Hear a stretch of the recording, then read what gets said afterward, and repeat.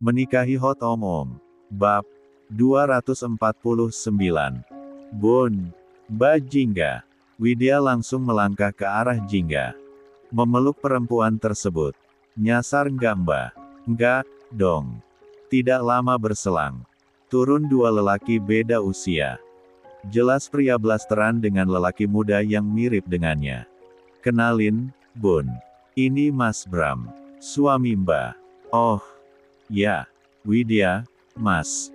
Widya yang lebih dulu memperkenalkan diri sebab sadar ia tuan rumah. Ia mengulurkan tangannya lebih dulu. Saya, Bram. Suami Jingga. Setelahnya, pada anak laki-laki yang usianya sekitar belasan tahun tersebut. Ini anak sambung Babun. Kalandra. Panggilannya Andra. Andra, Tante. Widya tersenyum. Sejenak memperhatikan Andra. Lelaki tersebut sangat rupawan. Matanya berwarna abu-abu dengan hidung mancung serta rambut kecoklatan. Widya, Andra. Nina yang jiwa penasarannya tinggi jelas menyusul. Mulut ceriwisnya jelas langsung bertanya. Ada tamu ya, Ma? Dan saat itulah, ia melihat anak laki-laki yang ia jumpainya beberapa waktu lalu saat bermain di kahyangan bersama ayah dan ibunya. Ada Mas Bule. Masih ingat Nina nggak? Laki-laki bernama Andra tersebut tertawa kecil. Ia mengulurkan tangannya pada Nina.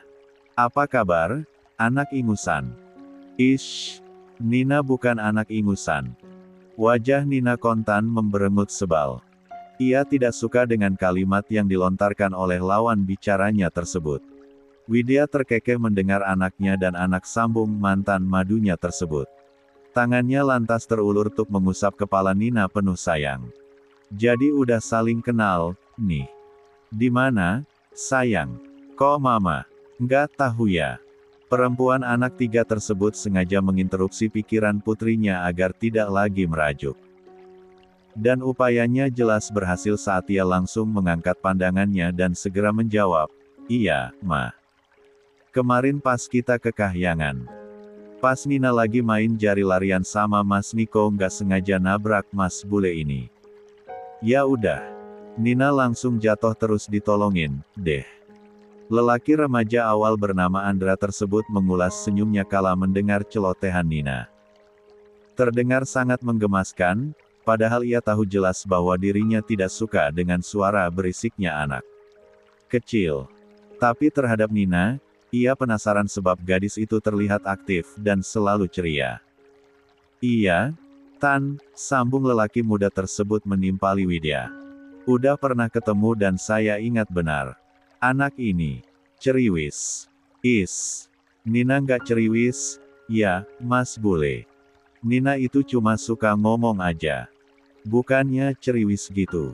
Nyebelin deh. Widya, Jingga dan suaminya terkekeh. Remaja awal dan anak kecil itu terlihat menggemaskan jika sedang berinteraksi. Nina jelas tampak kesal bukan main. Mbak, ayo kita ke dalam.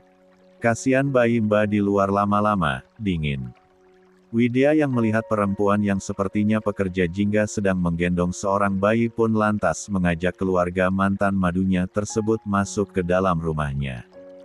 Iya, Bun. Widya, Jingga, suaminya dan juga asisten Jingga pun melangkah menuju rumahnya. Meninggalkan Andra dan Nina di halaman. Tante nitip Nina, ya, Andra. Iya, Tante. Para orang tua pun masuk ke dalam rumah. Sedangkan Andra dan Nina masih berdiri di tempatnya. Masing-masing. Kucing kamu? Tanya Andra saat melihat kucing kampung yang sedari tadi ada di pelukan Nina. Iya. Namanya Cemot. Nggak nanya. Ish. Andra tersenyum tipis. Nina yang kesal hendak berbalik pergi, namun ia dengan cepat mengambil alih kucing itu dan membawanya dalam dekapannya. Sama Om? Ya, Mot. Kedua alis Nina bertaut. Tangannya langsung bersedekap di dada. Emangnya satu spesies, sampai-sampai bisa jadi Om sama keponakan begitu.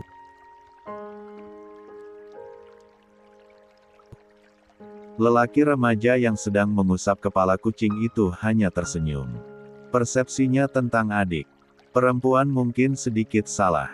Memiliki saudari perempuan mungkin tidak akan semerepotkan bayangannya. Mungkin ia bisa menghilangkan rasa bosannya dengan menjahilinya. Mungkin, kalau nikah sama tantenya. Hah. Otak kecil Nina berpacu. Memikirkannya tapi tidak menemukan jawabannya. Emang Cemot punya tante? Punya. Kok Nina nggak tahu? Ucap Nina masih berpikir keras. Emang mana tantenya? Itu. Nina masih tidak mengerti. Tapi ia melihat sekelilingnya ketika dagu Andra menunjuk ke arahnya. Nggak ada siapa-siapa. Cuma Nina aja di sini. Ya kamu tantenya. Dan aku omnya. Terus kita nikah gitu. Mau. Nggak? Ah. Mas bule ketuaan. Nina mau cari om buat Cemot yang sebaya aja sama Nina. Yang nggak rese plus nggak usil. Soalnya anak-anak gede suka rese. Yakin dong, Mas bule. Ya udah, nunggu kamu besar aja. Maksudnya, jadi pengantinnya. Nunggu kamu gede dulu. Ish. Nggak mau. Ina. Dalam rumah, beberapa jam kemudian. Baru juga sebentar, Mbak, udah pamit pulang aja. Jingga terkekeh saat Widya berusaha menahannya. Diterima dengan baik oleh perempuan ini rasanya ia sangat bersyukur. Ia hanya ingin berkunjung sebelum meninggalkan daerah ini. Udah 1,5 jam, Bun. Mbak harus balik ke penginapan. Soalnya harus beres-beres buat pulang ke Jakarta. Hari ini, Mbak pulangnya. Enggak, sih. Besok pagi. Tapi biar nggak keburu-buru, Bun. Mau tidak mau Widya pun berdiri. Memberikan pelukan pada Jingga ketika perempuan itu merentangkan tangannya. Hati-hati, ya, Mbak. Semoga selamat sampai tujuan. Makasih, sayang. Jaga diri kamu baik-baik. Sehat-sehat selalu. Jangan lupa bahagia, ya. Iya, Mbak, makasih. Pelukan itu pun terurai. Bram dan juga asistennya juga ikut berpamitan. Terlihat Andra dan Nina masih bermain di halaman depan rumah. Kini dua orang itu tampak terlihat akrab. Wajah Nina tidak lagi masam seperti tadi.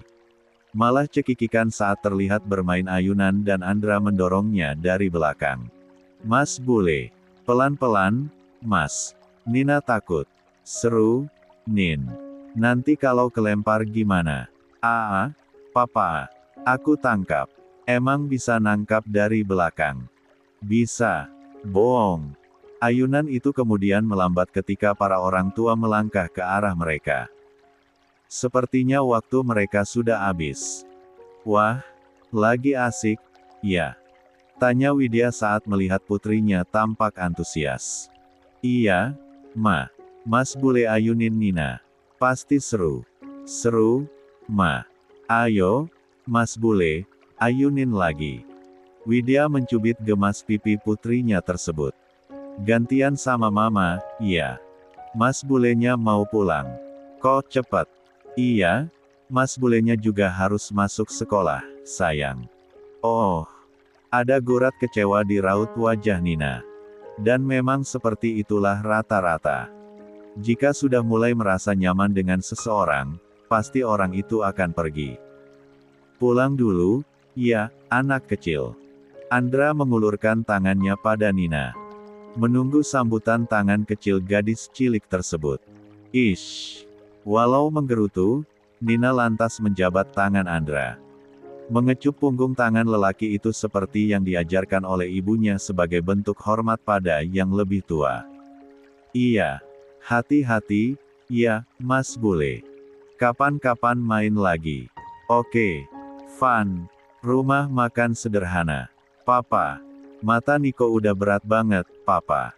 Kayak ada besinya. Niko yang sudah kelelahan sampai tidak kuat untuk membuka mata ketika ia, Nata, dan juga ayahnya makan di sebuah rumah makan untuk mengisi perut. Minum dulu, Niko. Setelah itu kita pulang. Iya. Niko lantas meraih gelas dan segera minum dengan mata yang terbuka dan tertutup.